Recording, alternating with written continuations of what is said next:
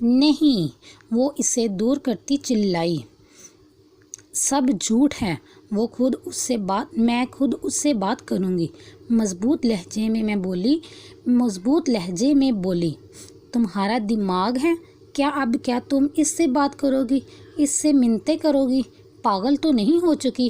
وہ شیخ پا ہوتی بولی، کیونکہ وہ نہیں جانتی تھی کہ وہ اپنی بے وقوفی و کم عمری میں ایسا کوئی قدم نہ اٹھائے جس کے باعث تعمر اسے اس کے سامنے سر نہ اٹھا کے جینا پڑے۔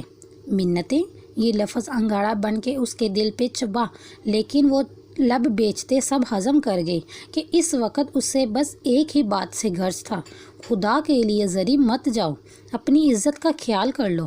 بسما نے سامنے کھڑی زری کے آگے ہاتھ جوڑتے اس کی منت کرتے کہا، میم نے بتایا تھا ایک دن کہ عزت نفس اور محبت کا بہت گہرا تعلق ہوتا ہے۔ محبت سب سے پہلے عزت نفس کو ختم کرتی ہے، کیونکہ ہاتھ کی مٹھی میں یہ دونوں چیزیں اکٹھے نہیں رہ سکتی۔ وہ بھیگتے لہجے میں بولی تو بسما اپنے سامنے کھڑی 18 سالہ لڑکی کے منہ سے ایسی بات سن کے ایک پل کو چپ سی رہ گئی، لیکن دوسرے ہی پل اس کے بڑھتے قدموں کو روکتے ہوئے چبھنے والے انداز میں بولی، تو فائدہ کیا ہوگا تمہارے جانے کا؟ اب کیا اس سے تم محبت کی بھیک مانگو گی تم؟ اسے تکلیف ہوئی اپنے ہی لفظوں پہ، لیکن وہ چادر اپنے گرد لپیٹتی بولی، کچھ دن پہلے پڑھا تھا شاید کہیں کہ۔ بولتے بولتے اس کا گلا رندنے لگا۔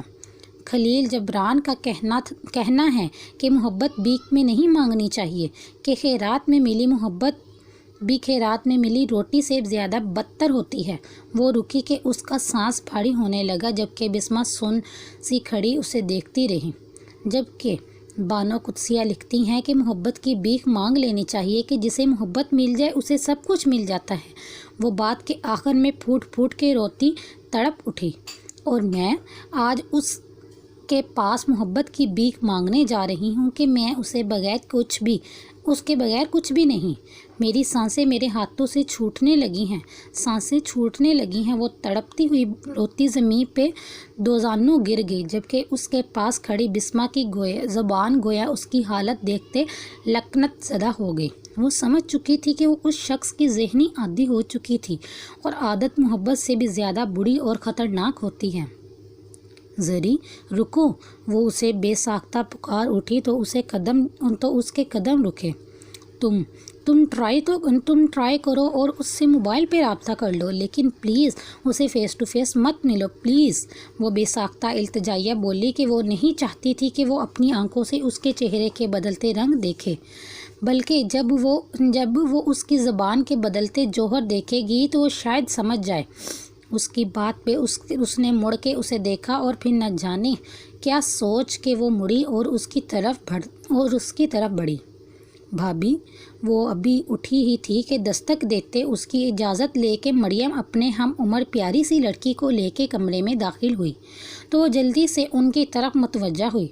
بھابھی، یہ ردا ہے چھوٹے چاچو کی۔ دبئی ہوتے یہ لوگ ایک ہفتے تک واپسی، چونکہ شادی پہ کسی سے پراپر تعارف یا ملاقات نہیں ہو سکتی تھی، اس لیے وہ اسے متعارف کرواتی بولی تو وہ مسکراتے ہوئے اٹھی اور اس سے ملی۔ وہ جس بھی حالت میں تھی، لیکن وہ کسی سے بدتمیزی نہیں کر سکتی تھی کہ یہ اس کی تربیت میں نہ تھا، اور کچھ اپنے والدین کے جڑے ہاتھوں کی پاسداری کا خیال تھا کہ اسے اس رشتے کو اپنا آپ ماڑ کے نبھانا تھا، اور پھر جن لوگوں کا قصور نہ تھا انہیں وہ سزا کیسے دے سکتی تھی، جبکہ قصوروار تو ادھر بس 2 افراد تھے۔ وہ نرمی سے ان سے باتوں میں لگ گئی تو مریم نے اچانک پوچھا، بھابھی، بھائی نے گفٹ نہیں دیا؟ اس کے سوال پہ گزری رات اس کی آنکھوں کے سامنے لہرائی تو ایک اذیت بڑی لہر اس کے اندر دوڑتی رگ رگ زہر آلود کر گئی، لیکن وہ بمشکل مسکراہٹ برقرار رکھتی ٹھہرے انداز میں بولی، ہاں یہ چین گفٹ کی۔ اس نے تاثرات برقرار رکھتے گلے میں پہنی نفیس سی سمپل چھوٹی چین کی طرف اشارہ کیا، تو مریم چونکے لیکن چپ کر گئی کہ وہ جان چکی تھی کہ یہ جھوٹ ہے، لیکن ردا حیرت سے بولی، بھائی نے بس یہی گفٹ دیا؟ اس کی حیرت بڑی آواز اندر آتے زاویار کے کانوں پہ پڑی تو اس نے چونکتے ہوئے پریزے کی طرف دیکھا، جس کا ایک ہاتھ اس کی گردن پہ تھا، اور اس سے پہلے کہ اس کی نگاہ پھسلتی اس نے نگاہ پھیری اور اس ادھوری بات کو سوچتے وار کی طرف بڑھا تو لیکن پوچھا کچھ نہیں۔ او بائی کو دیکھ کے یاد آیا مما نے ہمیں آپ کو فریش ہونے کے لیے کہا، لیکن میں باتوں باتوں میں مگن ہو گئی۔ آپ جلدی سے فریش ہو، بیوٹیشین آ رہی ہے ریسیپشن کی تیاری کے لیے۔ مریم نے ماتھے پہ ہاتھ مارتے گویا یادداشت پہ ماتم کرتے اسے کہا تو اس کے اندر گویا زمانوں کی تھکن اترنے لگی۔ ایک بار پھر سے محفل سجنے لگی تھی، پھر سے اسے برداشت کرنا تھا سب کی تضحیک امیز نگاہوں کو اور شخص کو۔ اوکے، وہ سر ہلاتی بولی تو وہ دونوں کمرے سے نکلے تو وہ تب بھی یوں ہی بیٹھی رہی۔